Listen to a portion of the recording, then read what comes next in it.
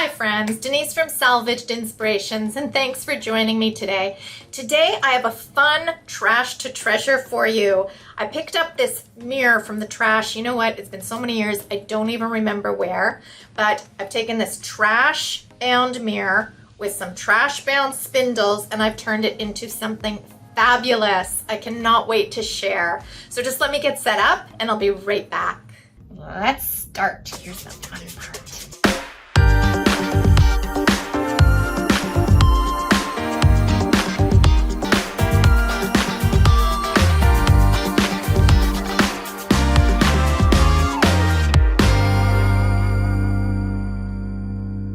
I have to admit I am a sucker for mirror makeovers, and I'm so excited to share this salvaged mirror using easy-to-use Woodubend moldings with you.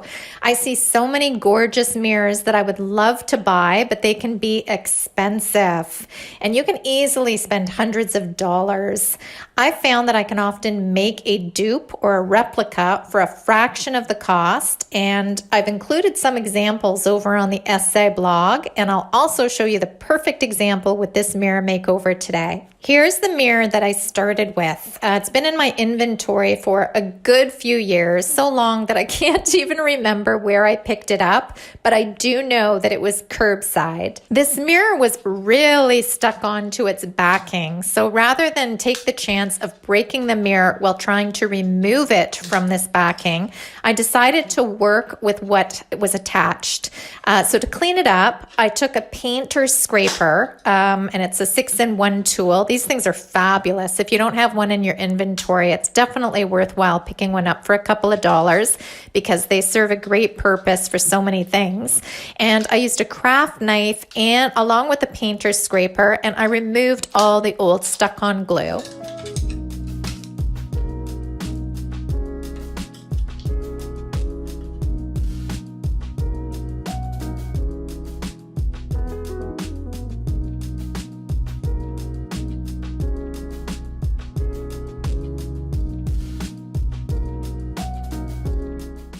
To create a new frame for this mirror, I used salvaged stair spindles, which I had in my inventory, and I modified these spindles by using one of my very favorite tools, this super light and compact Bosch router.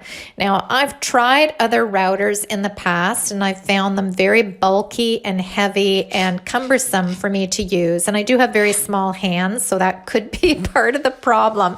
But this little Bosch router that is battery, it's on battery rather than electric. It's so easy to handle and it is fabulous and fun to actually use. I look forward to using it. So what I did was I routered out a ledge to sit on top of the mirror and then the other part of the chair spindle to sit on the backing of this salvaged mirror.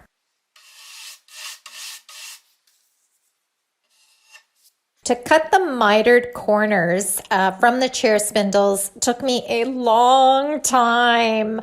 I'm not gonna lie, I don't have much experience cutting mitered corners, so I'm not gonna get into nitty-gritty detail on how I did it because for me it was kind of trial and error, but I have to say I'm so proud of myself for trying. So what I did was I used a square to measure up the corners, and then I cut one end on a scrap piece of wood at a 45-degree angle. I laid it on top of the mirror and then using a measuring tape, measured the distance I needed to cut the other edge. And once I did this on scrap pieces of wood and felt comfortable with my measurements, then and only then did I take the 4 good pieces of wood, stair spindles that I had already routered, and I cut them to size using my miter chop saw.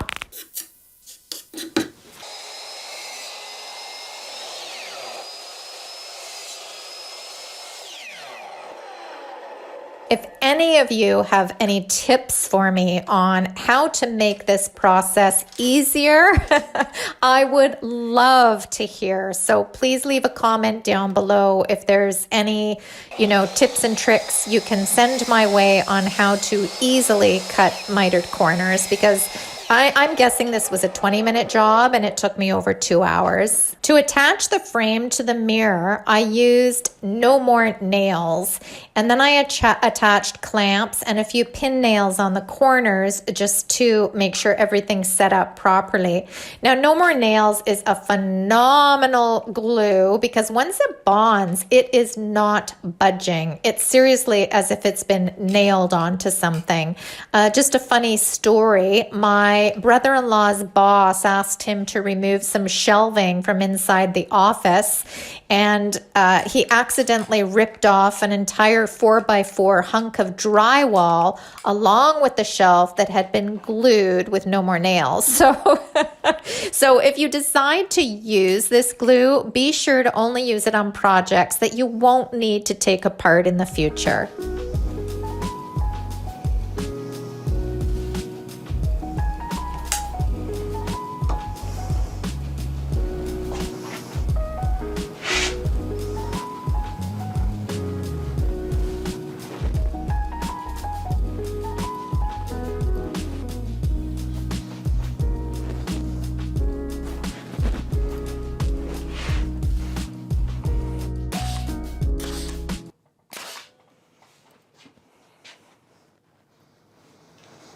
I'm not woohoo about that.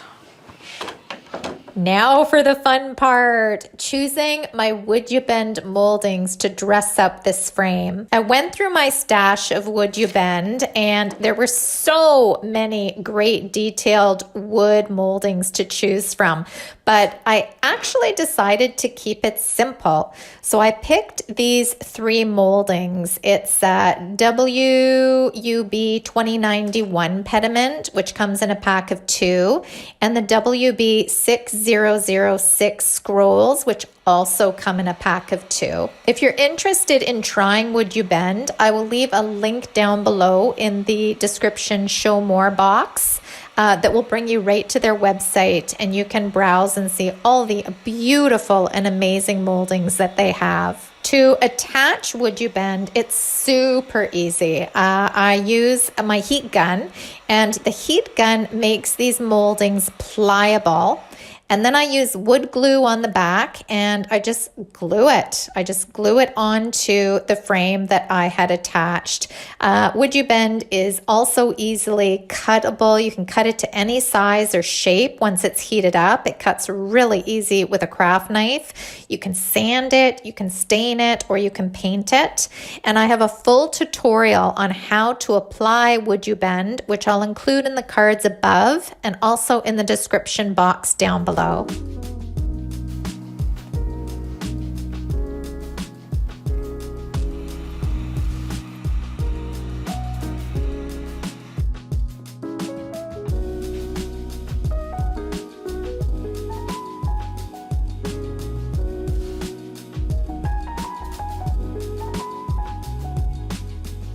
So once everything had dried, it was time to paint. And I applied 1 coat of this gold metallic paint, no priming prior. I just wanted a light coat, and I really was happy with the coverage because a little bit of the wood grain was still showing through and it looked amazing. So 1 coat did the job. I used this smaller oval brush to get into all the nooks and crannies on the Woodubend just to make sure that I had full coverage on the moldings as well.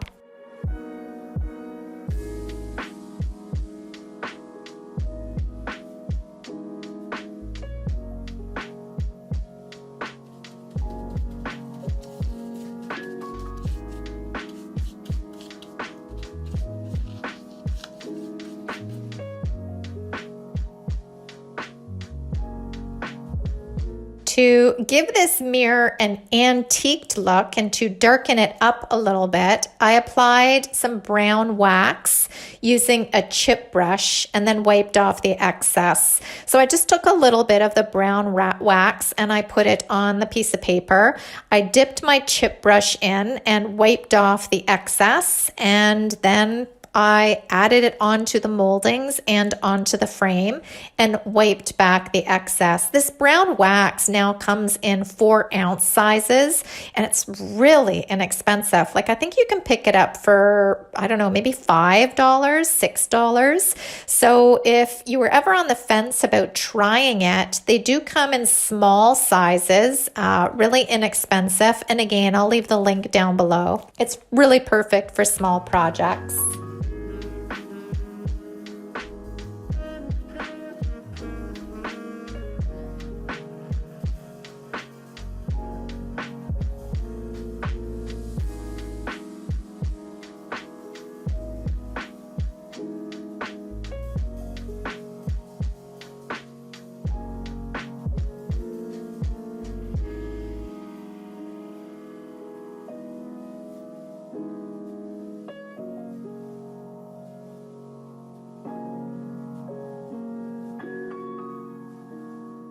As you can see, I used a couple of white sheets of paper to kind of butt against the mirror frame while I was painting, so I wouldn't get too much paint on the mirror.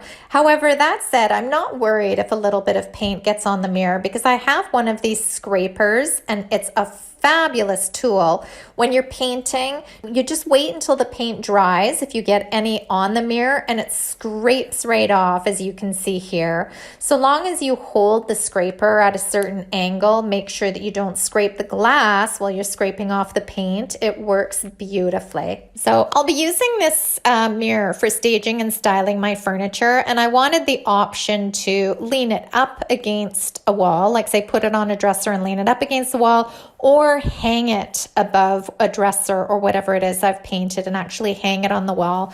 So to create a hanging wire, I use D-ring hangers, and these are rated for up to 35 pounds and a heavy gauge wire. So I had to drill the D-ring hangers very close to the top, as I only had about 1 inch of frame for the screws to grab onto.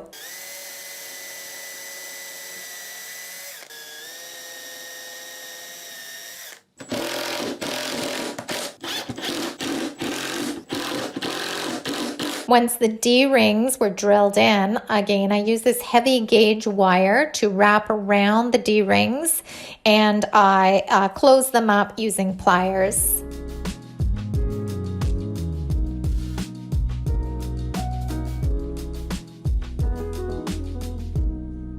Once I had the hanging mechanism on, it was all finished. So here's the before.